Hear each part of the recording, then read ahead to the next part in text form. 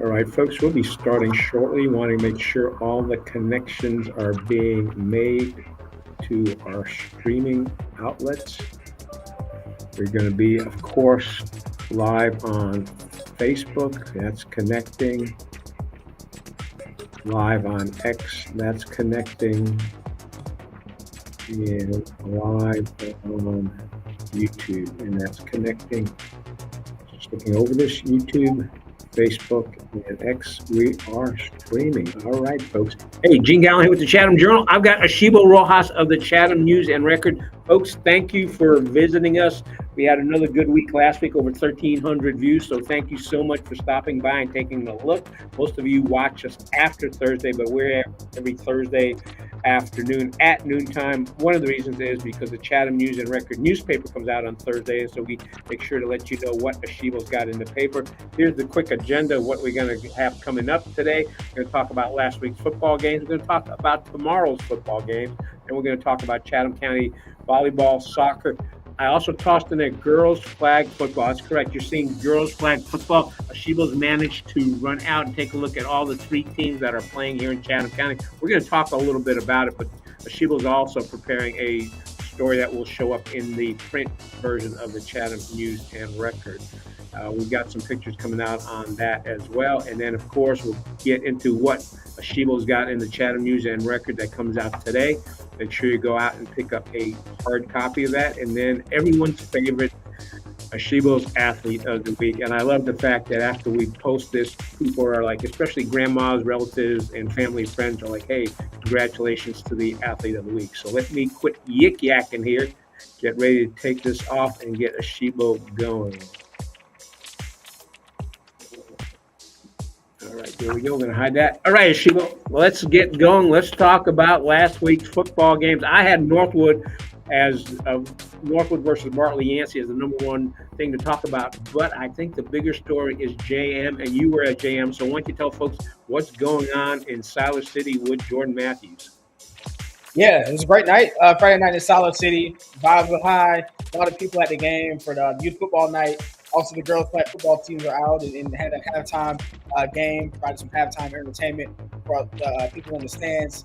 But yeah, I mean, the biggest show was Jordan Matthews football, biggest win since 2010 for them with a 58-0 win over North Stokes. They're now 3-0 for the first time since 2011. So a lot of great things going on, Siler City on the football field. And then that one, the defense did all the work. 5 interceptions. Namir Wiley had 2 and a pick 6. Lennox Mordecai had a pick 6 as well, 70 yards untouched.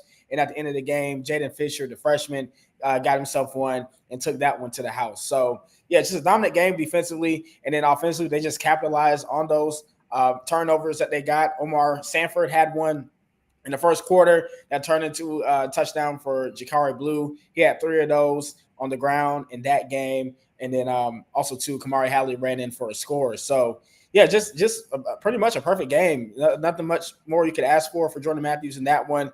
I think we all knew they were favored. I think I predicted them to win that one like 42-14 in last week's paper. And they came out and they exceeded that. So, yeah, great win for Jordan Matthews.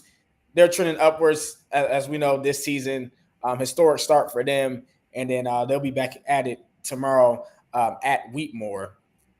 But, Gene, you have any thoughts on what's been happening with Jordan Matthews football this year and just the turnaround they've seen over the past 3 weeks? Well, I think you've summed it up the best. And I had an opportunity to run into Bill Hall from Northwood, and he tells me that one of the things he did was because Coach Kermit had been on the one of the assistant coaches over at Northwood. He speaks very, very highly of him. And then the other thing, too, that the big game we got coming up tomorrow, which you're going to get into, is Northwood versus Seaford. But I think what a lot of folks are going to be interested in seeing is Northwood playing against JM, because I think JM, when we did the media event, Coach Kermit was really high on what he saw from the team. I think the expectations have turned out well. You had an Athlete of the Week last week from Jordan Matthews football, and they're looking really good. And you said, what was it? Their 3-0 record was the best since 2011. Best since 20. Mm-hmm. Yep. And then also had a chance when I talked with Jared, who's the athletic director at Seaford, he mentions remembering when he played at Northwood playing against JM back in the day, and JM had some really good teams. And the comments that I'm seeing on the stuff that we're posting is the fact that folks are happy to see JM coming back this year. So, um, yeah, I think that may be the biggest story of this football season. Hopefully, they'll keep it rolling.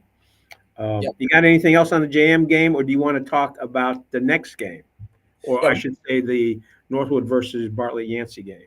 Yeah, we can go ahead and talk about that one as well. Because that was a big win for Northwood, first win of the season.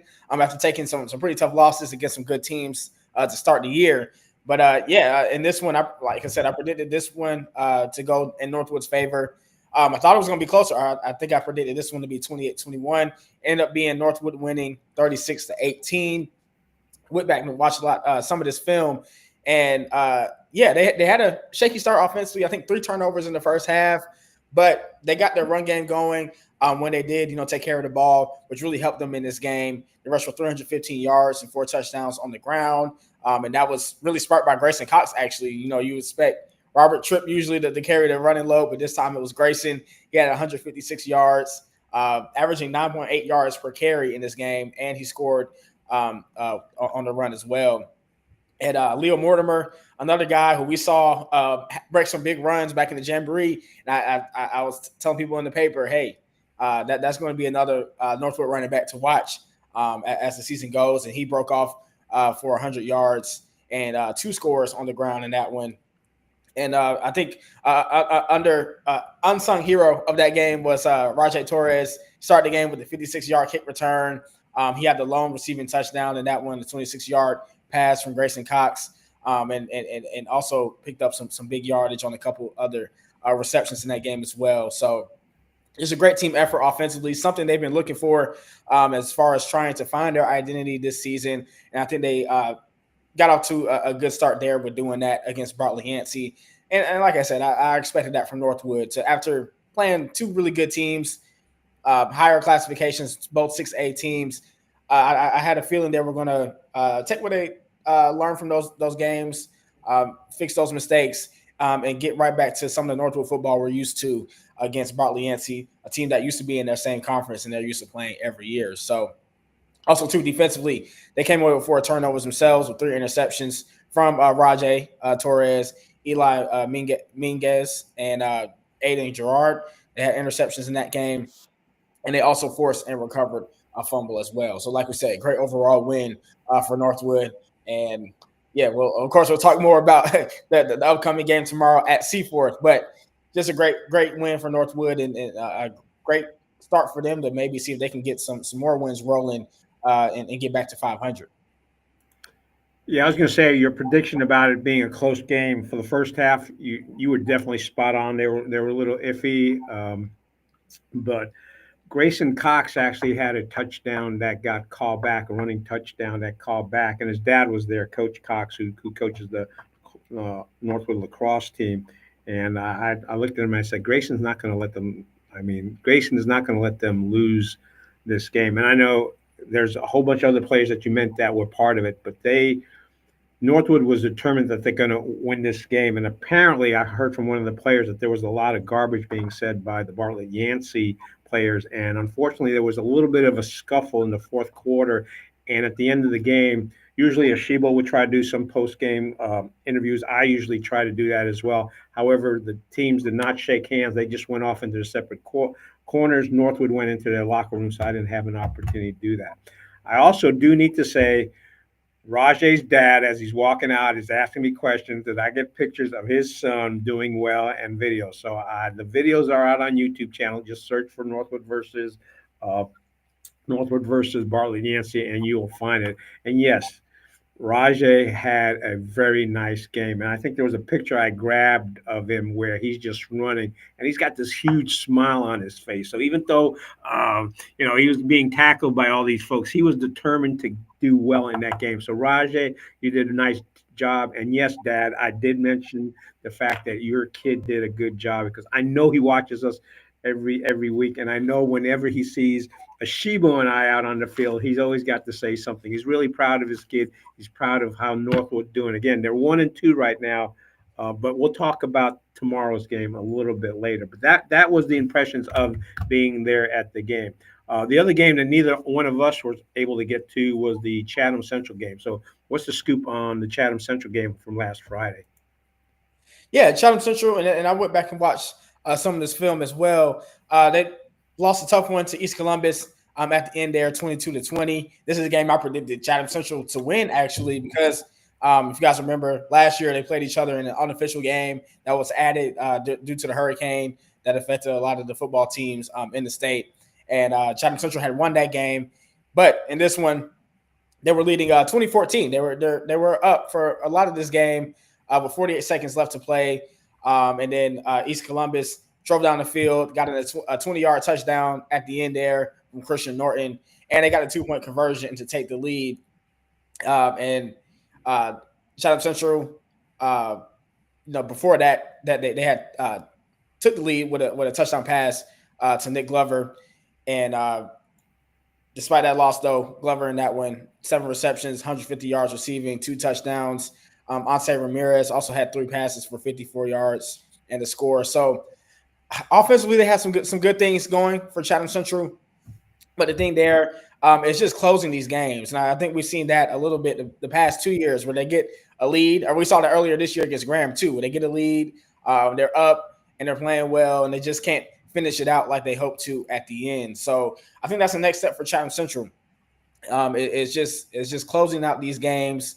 In the third quarter of this game against East Columbus outscored Chatham Central 14-0 in the third quarter. So that was big there. So just maintaining that same energy from the first half to the second half, especially there at the end of the fourth quarter, will be big for Chatham Central in a lot of these games. And that'll really help them add some more wins. But yeah, just looking at this game, I think, like I said, there's still some good things to take away from what Chatham Central showed, especially the offense. The offense is like I said, if they could stay on the same level throughout the game, they could do some really big things on the scoreboard and put up points. But just gotta have the energy, have the will to close out these games, especially on the defensive end, where it's those final drives and they got to get a stop. I think that hurt them a lot too, and penalties as well.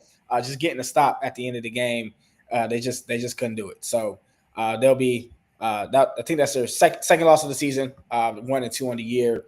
So we'll see if they can regroup and try to get back to 500 as well. What was your prediction on the score for that game? I think my prediction here was Chatham Central 27, East Columbus 12. Was my prediction. So you got one wrong this week. Oh my gosh. Yeah.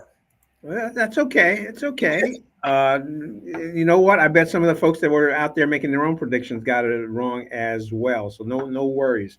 All right. Power rankings for this week. I think we know how they're going to turn out, but let folks know what your power rankings are for this week in football. Oh well, hold on. We didn't talk about Seaforth yet against Princeton. Oh, I'm sorry. You're absolutely right. I was one step ahead because I didn't print out my agenda. Go ahead. Let's talk about Seaforth. So yeah, Seaforth and Princeton. Another tough loss for Seaforth, and in this one they were only down 14-13 at halftime. And I was watching this game as well and looking at the stats. A lot of good things to take away from Seaforth's offense. It's a much better performance from what they've shown the first 2 games. Duncan Parker found some receivers down the field for some scores, and they got some big plays going. But yeah, they just got outlasted there and really struggled to stop the run again in this one. T.O. McFadder from Princeton rushed up 285 yards and 6 touchdowns on 36 carries. And then they had senior Austin Llewellyn rush for 101 yards on top of that with a score on the ground. So almost 500 yards on the ground for Princeton in this game. But they got outscored 28-13 in the third quarter, kind of similar to Chatham Central. That third quarter made the difference, and they just couldn't recover from that. And so I think looking at Seaforth, like I said, I watched this game. They had some opportunities to take the lead, stay right there with Princeton, but some self-inflicted mistakes hurt them in this game.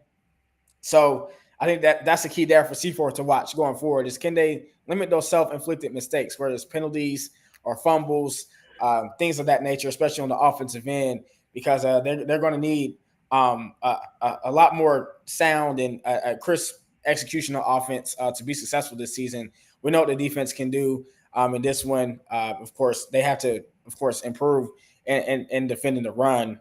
But yeah, I think that's just something to watch. Just watch C4's self-inflicted mistakes, and if they can fix those, I think they'll be okay going forward, especially once they get into their conference schedule. And what was your prediction for that game? Yeah, for this one, I did have C4 losing this one, but I thought it was going to be much closer. Like we said, the first half it was just as close as I kind of predicted. But I had Princeton winning this one 21-14. They just had that third quarter there where they blew the game open and pulled away. So yeah, we were decently close on that one. Yeah, well, hopefully the teams will get to the point where they're able to put two solid halves together. Because, like you said, there's been several games where we watched or you watched where the first half isn't quite like the second half. And we'll talk more about that as for tomorrow night's games as well. By the way, Norris, thanks for watching. We got Cassandra on there as well watching us. Thank you so much for watching us again. As I mentioned earlier, we got about 1,300 views last week. Last season, last year, we were averaging about 1,000, so we're a little bit higher than we were last season. Are we ready now for the power rankings? Yes, now we're ready for power rankings. Yeah, so last week, just to give a recap of the power rankings, we had Northwood at 4, Seaforth at 3, Chatham Central at 2, and Jordan Matthews at 1. This week, with Northwood getting that big win over Bartley Yancey, Chatham Central and Seaforth following once again. We're gonna have some changes under Jordan Matthews. So at 4, I have Seaforth. 3, Chatham Central. 2, I have Northwood, and at 1, still Jordan Matthews. And we got a county team this week with Northwood and Seaforth. So we'll probably see another change of the power rankings, maybe or maybe not for next week. But I think looking at Seaforth, I think if they get a win over Northwood tomorrow night, that'll be good for them in the power rankings. And Chatham Central, they're playing at Northmore this Friday. So let's see if they can put out a better performance and even win that game. That'll do wonders for them as well. And I think that game historically has been very lopsided in Northmore's way, but it could be much closer this year, considering what Northmore is bringing out this year. I think they still have a young team, but Chatham Central, of course, we know has improved a lot. And now instead of a lot of other things that they need to fix as far as maybe execution wise or just having a lot of things to fix this year. I think, like we said, a lot of it kind of boils down to just putting together two solid halves, playing the same level of football throughout the game, which we'll see if they can do on Friday. But yep, that's the power rankings this week. Gene, what do you think of what I got? I definitely agree with JM. JM's on a wait a minute. I think you mentioned if they win this next game, they're going to be 4-0, and that hasn't happened since when, or do we know that? 2010. 2010. So yeah, they're on a roll. So definitely agree with that. Northwood's win. Yeah, I kicked them up to number 2. Then Chatham Central and Seaforth. I'm sure there's people who would argue, Seaforth needs to be higher than Chatham Central because they have more talent, just the numbers. But then again, Chatham Central has a better records of Seaforth. However, the power rankings are sure to change next week. So, folks, and the reason we do the power rankings is just a topic for discussion. And when we get into volleyball, I'll mention power rankings as well because teams do pay attention to Asheebo's power rankings. I'll tell you that story when we start talking about volleyball. All right, so that takes care of what went on this past week, but we've got some games coming up tomorrow. So where do you want to start with tomorrow? Which game would you like to start with? Yeah, go ahead and start with the biggest game. I think everybody is excited for Northwood at Seaforth, Battle of Pittsburgh, War of 64, whatever you want to call it. It's going to be a big game for both teams, really. For Northwood, it's a chance to go to 500, win 2 in a row, and kind of get back on the right track. For Seaforth, they're looking for the first win. Tolbert Matthews is looking for his first win as a coach there, and the staff he's brought on. So it's going to be a battle. We saw it last year. Seaford was down deep in Northwood territory. I think at the 5 with a chance to win that game, and they had the turnover there that gave Northwood the win, and that one ended 9-6. This one I'm predicting to be a very close game as well. I'm actually predicting Seaford to win this one 21-14. I think, like we said, all season in the preseason, what we've seen with Seaford, they have a lot of talent. They're a deep team. They've just run into some problems with some good competition, and they've been in 2 of these games. Like we said, Seaforth and the game against Chapel Hill, plenty of chances to win that one. Against Princeton, they were in that game, and a couple things go the other way, they could possibly win that game as well. So the record is 0-3. But there's a lot of other things that went into that. I think Seaford has a really good chance of getting their first win on Friday. I think with Northwood, with the youth they have in their skill positions, specifically at receiver, might be an issue here because we know Seaford's strength, especially on defense, is their defensive backfield too, with Nick Gregory, Patrick Miller, Noah Williams, and those guys. So, and what they showed against Princeton, they got some things going offensively. So we'll see if they can carry that over against Northwood, if they can get some explosive plays. I think they do come out of here with a win. Now, for Northwood side, this is a team that, the running game could be lethal, right? With the 3 guys, Grayson Cox, Robert Tripp, and Leo Mortimer.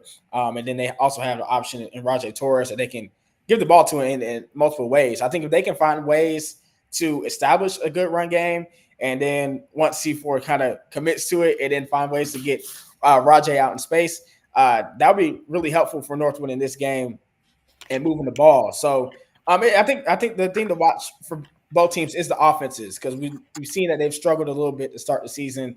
So I think if C4 can, like we said, carry over what they showed a little bit against Princeton and build on that, that will really help them. And if Northwood can continue to run the ball like they did against Bartley Yancey last Friday, and then sprinkle in some of the pass in there, that will be pretty good to see as well.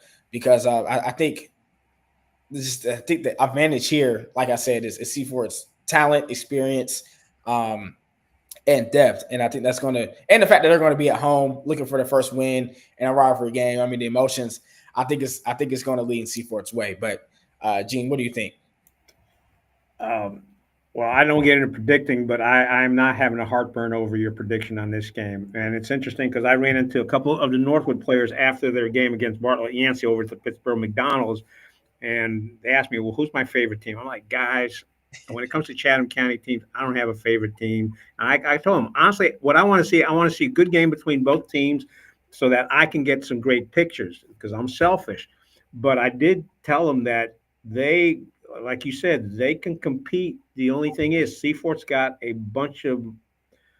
got more bodies. And my concern for Northwood is I can see them doing well in the first half, but it's going to be a matter of a lot of those guys are playing both sides.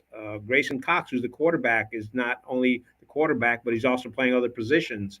So I think the second half is going to be interesting to see how it turns out. I think the other thing that'd be interesting, and I like your thoughts on it, is you got 2 quarterbacks. You got Parker and Cox going up against each other. So that's going to be interesting. I think Rajay has a chance to really shine as well. And I think what Northwood needs to do to win this game is they need to come on really strong in the first half. But with our discussions with Coach Matthews, I don't think he's going to make it easy for Northwood, and I don't think Coach Dalton's going to make it easy for Seaford. So whatever happens, look, guys, whatever happens, I want you all to be shaking hands at the end of the game. There's no reason to have any shuffles or any disagreements. You all live in the same county. You all went probably in the same elementary schools and middle schools together. Just play a good game and give it your best. So I'm being selfish from a perspective of a Chatham County resident who's been here for a while, and I want both teams to play a hard game. So that's my personal feelings. And Asheebo is saying on this game, he sees C4 coming away 21-14. We'll see what that's happening again. Games at C4 starts at 7:00. Right. Which is what other game you want to hit on for tomorrow? Yeah, we can go ahead and talk about Jordan Matthews at Wheatmore. That's going to be at 7:30 on Friday. And like we already said, Jordan Matthews has a chance to go 4-0 for the first time since 2010. And on paper, this looks like it's going to be going in Jordan Matthews' favor as well. And I'll watch some of Wheatmore's film because they don't have a lot of stats online. But they're a team, they run kind of a spread offense. And they like to switch it up a little bit with the run and pass. So more balance here. The thing is, defensively for Wheatmore, they've struggled to stop the run this year. So they gave up 299 yards last week against South Davidson, and they lost in the game. They lost 21-0. So I think they also have given up 200 yards in 2 different games as well, and 100 yards in all 3 games. So I think Jordan Matthews, that's their bread and butter. Just hand it to Chikari Blue or do a quarterback keep with Kamari. And I think they'll be good to go if they can just keep the run game flowing the way it's been the first 3 games of the season. And defensively, I think last week really it should be a confidence booster, not just for the defensive backfield, but the unit as a whole. To be so dominant in a game like that, I think they come in with that same mentality, looking for the ball hawking, and playing the routes and reading them well as they did last week. I think Jordan Matthews will have no problems in this one. I think I predicted the Jets to win this one 34-13 on Friday. Yeah, I definitely agree with that one. And the other thing too is I've got a feeling that Coach Kermit won't. If they take a big lead, I don't know necessarily if he's going to let up. And in that I mean I think he's going to play because he's looking to other games beyond this one. They're playing a team that's 0-3, but he's looking forward to playing the Northwood game. May turn out to be a really big game between JM and between JM and Northwood this year. So I think they'll do well. I think this game will allow Coach Kermit to try out different things. And if they keep on playing the way they're playing, we may have another Asheebo Athlete of the Week coming out of JM this coming week. So you never know. Before we go on, just want to say, hey, we got Brian Mandry on there, Elizabeth Norris, Johnny, Lukey, Tiffany. Tiffany, yes, you can drop comments if you're watching us on Facebook. Tiffany says hello. Hello, Tiffany. And then we got Cassandra, who says she totally agrees. So Asheebo, Cassandra totally agrees with you, buddy. So that's good to know. Hey, Cassandra, thanks for letting us know that. All right, are we ready to move on to the next game? Yeah, our final game of the week, like you said, Chatham Central going to Northmore Friday at 7 p.m. And yeah, 2 game skid for Chatham Central that they're trying to snap here, and former conference opponents or someone they're familiar with.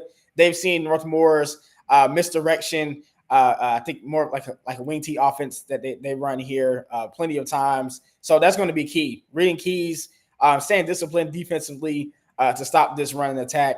And yeah, like I said, I think Northmore still running with a younger team this year. Not the best start to the season for them, but I think with Chatham Central, the familiarity with them also improving and their defensive coaches with Dwayne Bland and Trayvon Tapp, they've been working really well together and have done some great things for this team. I think this game might be a little closer than what it's been in the past, but I do think Northmore still comes out on top in this one, 37-20.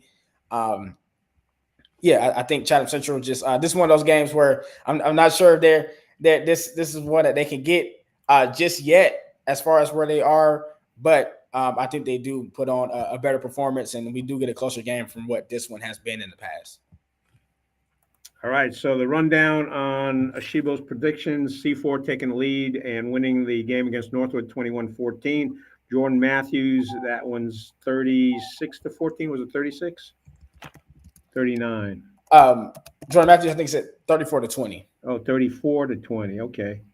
I stand corrected. And then Chatham Central is going to be outpaced by Northmore 37-20. Again, Chatham Central's got some good football athletes. The only thing is their numbers. So that's Jordan Matthews. I predicted 34-13. I'm sorry, 34-13. All right, 13. All right.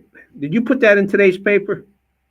Yes, that is in today's paper. All right. So, folks, we're going to talk about what's coming out in the paper, but you need to make sure you pick up a copy of the paper so you can see in writing what we're talking about here. So if you like what you hear here, definitely pick up a copy of the paper. You'll see Asheebo's stories and my pictures. All right. What are we ready to talk about next? I think it's girls. No, boys soccer is not. Yeah, we can hit boys soccer. Well, I think we are. You know what? I did not print it up, so the only, only agenda I have at the moment is the one that I have posted. And let me see. We're just going to bring that up. Oh, we're going to talk. Yeah, we talked about power rankings. Let's go into volleyball, and then we'll talk soccer. Got you. Yeah, volleyball. Big week for Woods Charter. We were at that game on Tuesday. They were against Clever Garden School. Both teams tied at the top of the Central Tar Heel 1A conference with 4-0 records. And we had Woods got the best of them. Pretty dominant game for Woods actually in the first two sets. They won by double digits. Then it was a closer third set, but Woods won that one in the straight sets 3-0. And yeah, just at that game, the setter Cecilia Brignati, and then the outside hitter Taylor Banbrook, great connection that led him to the win in that game. Lots of assists and kills between those two. They also put in some work on the front line, blocking a couple of attacks from Clever Garden School as well. And then they also got some big contributions from outside hitters, Annabelle Una, as well as in that game. So Woods Charter just continuing to dominate their conference. I think 8-1 on the season as of today, and they'll be at Southern Wake Academy tonight for the second game of the week. And then other scores throughout the week: Seaforth got another conference win over JF Webb 3-0, and then that one just straight dominance as well, 25-7 in all three sets. And Naomi Stevenson, the freshman, once again led the Hawks with 10 kills in that game. They're at South Granville tonight for another conference matchup. And then Eastern Randolph and Northwood. Northwood fell 3-2 in a tight one there. Every set was really close. Last one was 15-12. Just fell short. So Northwood still looking for their second win of the year. I think they're 1-9 as of today. And yeah, they're still trying to improve on their record. Jordan Matthews, they played 2 games already this week. They beat Phoenix Academy 3-0 for their second win in a row.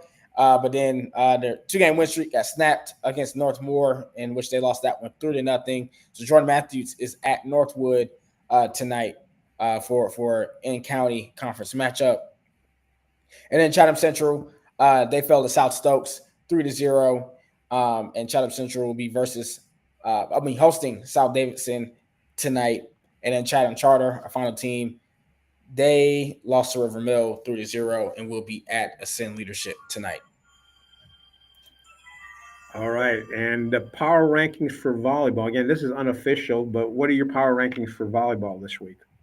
Yeah, looking at power rankings for volleyball,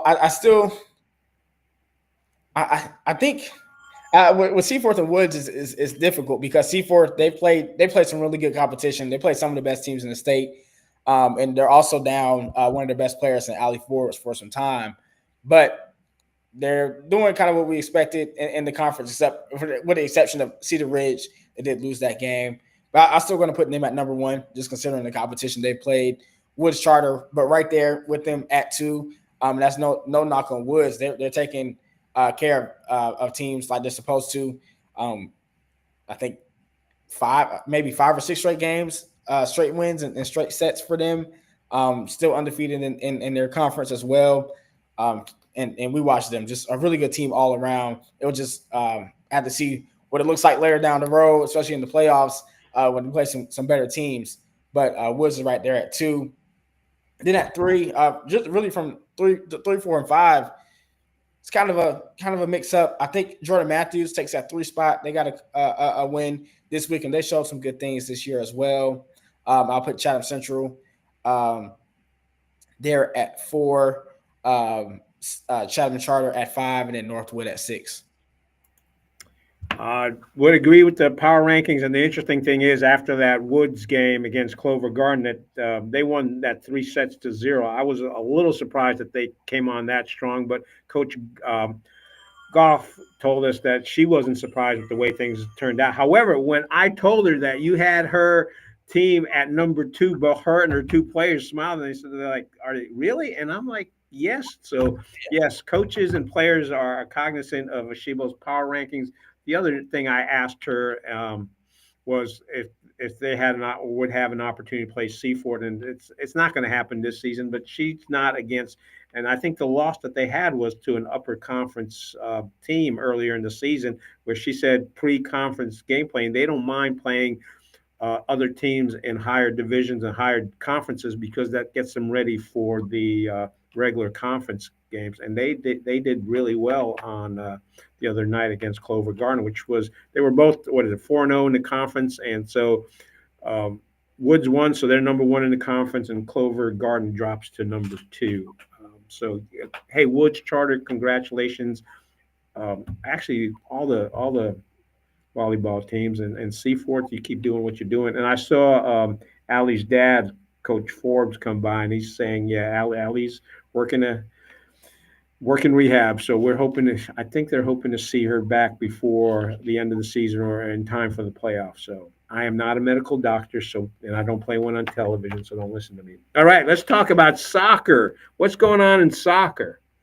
Yeah, boys soccer. So Jordan Matthews looking like they're on another one of those stretches where they have a little rough start playing some other teams, maybe some good competition, and then they get it clicking midway through. And so yeah, another couple of big wins for them: 6-0 over Central Davidson last night, and 9-0 over Phoenix Academy earlier in this week for Jordan Matthews. 4 straight wins, 3 straight shutouts for the Jets. So they're starting to roll here. Northwood, pretty good week for them. They tied with Eastern. Well, the 2 games against Eastern Alamance, tied the first one, and then the second one last night. They won that one 3-2, and so they're going to be at Southern Lee tonight to see if they can get 2 wins in a row. Seaforth, a little rough week for them. They play some pretty good teams here. Southeast Alamance beat them 9-0, and then East Chapel Hill beat them 2-0. And Woods Charter, team to watch right now. And Gene, you were at this game against River Mill. They won that one 7-1. First 2-1 start for them since 2016. That team in 2016 went to the second round of the playoffs. So hey, something to watch there in Woods Charter. What did you see from Woods Charter in that game, actually? Because I wasn't there to. Well, I think that's only the second game of the season, second or third game of the season. It was interesting because pre-game, Coach Stewart got all the players together. They had their strategy as to Coach Stewart prepares for these games, so the players knew who to concentrate on, which player was the top player on on the other end, and they put pressure on them, and they scored 3. I think they were up 3-1 in the first half, and then came off to finish it off. They knew what they were doing. A lot of hustle, a lot of effort to get to the ball before it went out of bound, and playing smart. And anyone who's gone to a Woods game, Coach Stewart is constantly coaching from the sidelines and shouting out to the players as to what they need to do. I did grab a picture, and I don't think it's posted yet. And it may show up in next week's paper. I don't know. One of the Woods players got hit in the nose, and there's like blood coming off of his nose, so they had to pull him out of the game for a little bit. But he was fine. So Woods is intense this year, and they may have a good season. We've always seen the Woods girls do well, and occasionally we'll see the Woods boys do well. Maybe this is the year, but Asheebo, I think definitely JM is on one of their rolls, and hopefully they'll keep it going. Yeah, we'll see. Definitely, and I think like same thing in football. JM and Northwood would be a interesting game to watch. Northwood also has a pretty good team as well. Some talented freshmen and sophomores on their team. So when they play JM later this season, that'll be a great game to catch as well. So be on the lookout for that. And then last soccer game, we had Eastern Randolph beating Chatham Charter 2-1. And Woods Charter, we'll get back to it, hosting Chatham Charter tonight. So 2 charter schools will be playing each other at Woods tonight, and we'll see who takes the crown there. All right. Let's talk volleyball. We talk soccer. Let's talk about something that's kind of popped on my radar, and I think some people are cognizant of it being out there. Girls flag football. Tell folks what's going on with girls flag football here in Chatham County. Yeah, so girls flag football, club sport here at 3 schools in the county. So Northwood, Seaforth, and Jordan Matthews will field teams, and they're playing in a league hosted by Eastern Alamance this season. So they'll start actually next Wednesday, September 17th, They'll play their first games at Eastern Alamance. I got the schedule, and we'll have Northwood playing Seaforth at 6:30 that night. No, I'm sorry, not Seaforth. That's Southeast Alamance. Excuse me. They'll start with Southeast Alamance at 6:30. Jordan Matthews will play Seaforth at 6:30 as well on Field 2. First game at Field 1. And then they'll switch and have Northwood play Seaforth at 7:15. Jordan Matthews versus Eastern Alamance at 7:15. And yeah, that'll be the slate for the first games for our county teams. And yeah, made my trips out to all three of them yesterday, actually, just to talk, get a look at the teams. And yeah, the girls are learning the game. Some of the coaches are learning the game as well. They're still trying to get a hang of the rules, but it's all fun for the teams as they get ready for their first games. And the girls are really excited to go out there and make some plays. They're learning routes, coverages, learning positions as well. So for some of them, this is like their first exposure to football. For others, they've kind of seen it already with brothers or parents that played or other family members that played. Or just watching it. I had a girl at JM, her name is Juanita. She was telling me that she actually went to the Jordan Matthews game on Friday to get a better idea of what she's going to be getting into next week. So, yeah, the girls are excited, and I'm excited to see them because sports growing here in the state. It's probably going to be sanctioned pretty soon. And, of course, there's opportunities on the next level for girls flag football as well if they want to do it in college. So, yeah, we'll see how it goes. First year, I think, for all three of these teams, having girls flag football here in the county. So, yeah, it should be exciting. Yeah, it should be interesting. I was out at Northwood and Seaforth taking some pictures of them practicing, and there were a lot of smiles on their faces. And as you said, there's an interesting mix of girls. I think Northwood's actually got 5 of their basketball players that are on the team. So they're athletic. They can catch and throw well. The only thing, as you said, is they got to practice plays, and that's going to come with time. So the game on Wednesday may be the games on Wednesday should be interesting. You're planning to be there. I'm going to check my schedule, see if I can get out there and get some pictures for that as well. All right, let's talk. What's next on our thing? Let's talk golf and track and field. Yeah, I don't have usually I don't have a lot of updates on golf and track and field because we wait for those at the end of the week. A lot of teams just haven't finished their schedules out, but I do have some updates on tennis. If you want to go through that, Sure. Yeah, so tennis right now this week we had Seaforth beating Orange 8-1, Northwood winning a close win over Northmore 5-4, and Asheboro beat JM 7-1, but also to Chatham Central, 2 losses, 9-0 to Northmore and 9-0 to Bishop McGinnis. But Chatham Charter, of course, our kind of our flagship girls tennis program here in the county.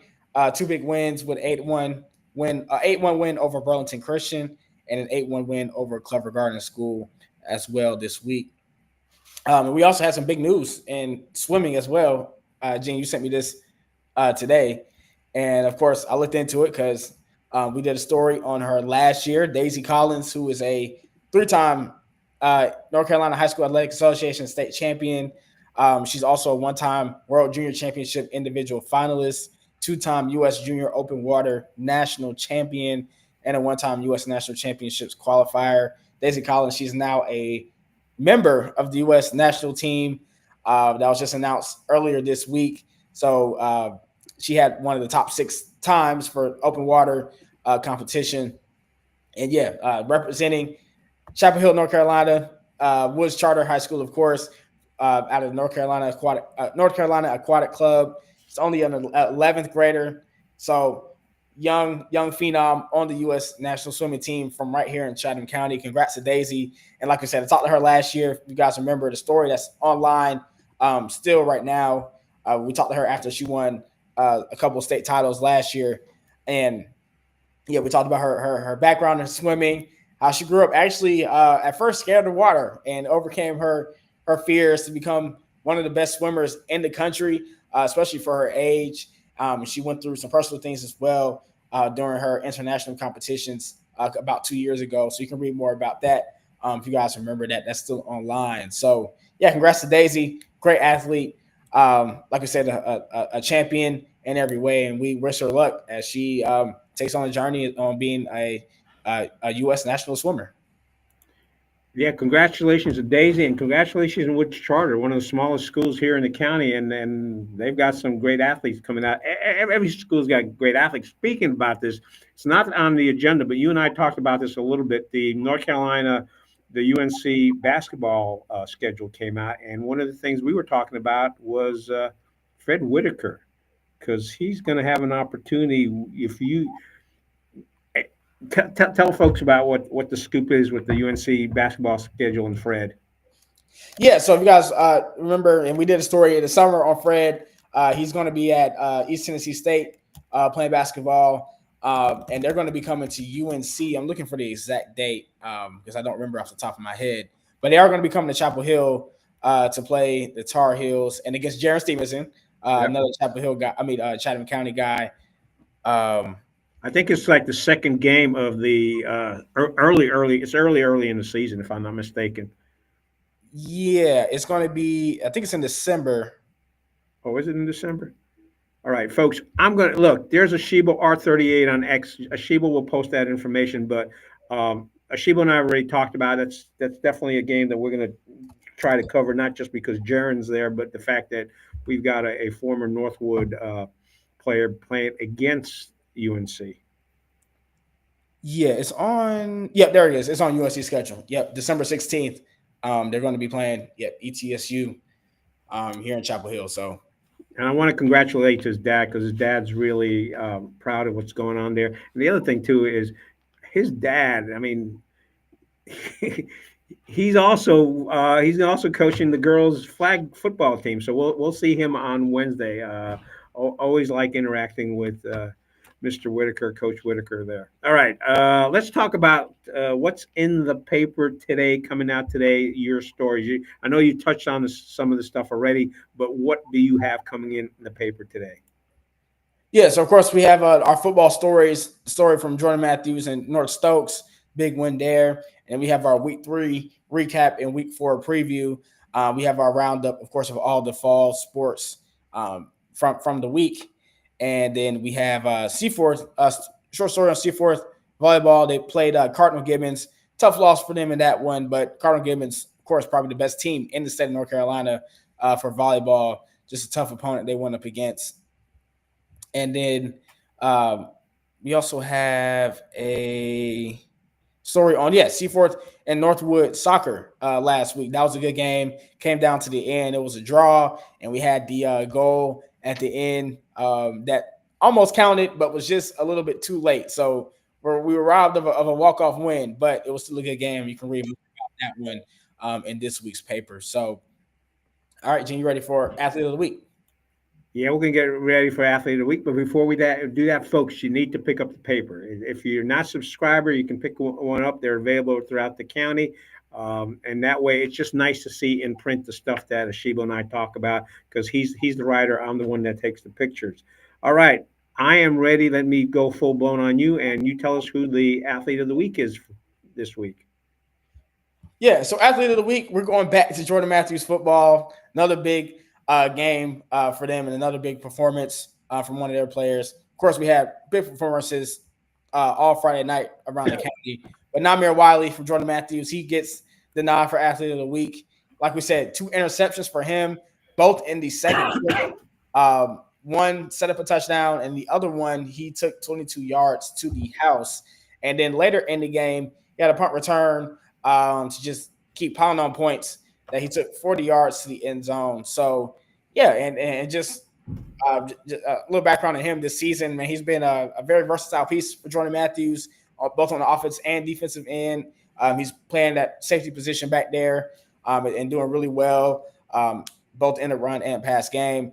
And then offensively, he wears a lot of hats. Sometimes he's at receiver, catching passes from Kamari Hadley. Sometimes he's getting the ball handed to him as a running back. So he's found the end zone a couple times this year on offense, and he did so in other ways on Friday. So congrats to Namir and Matthews football for continuing their excellence this season.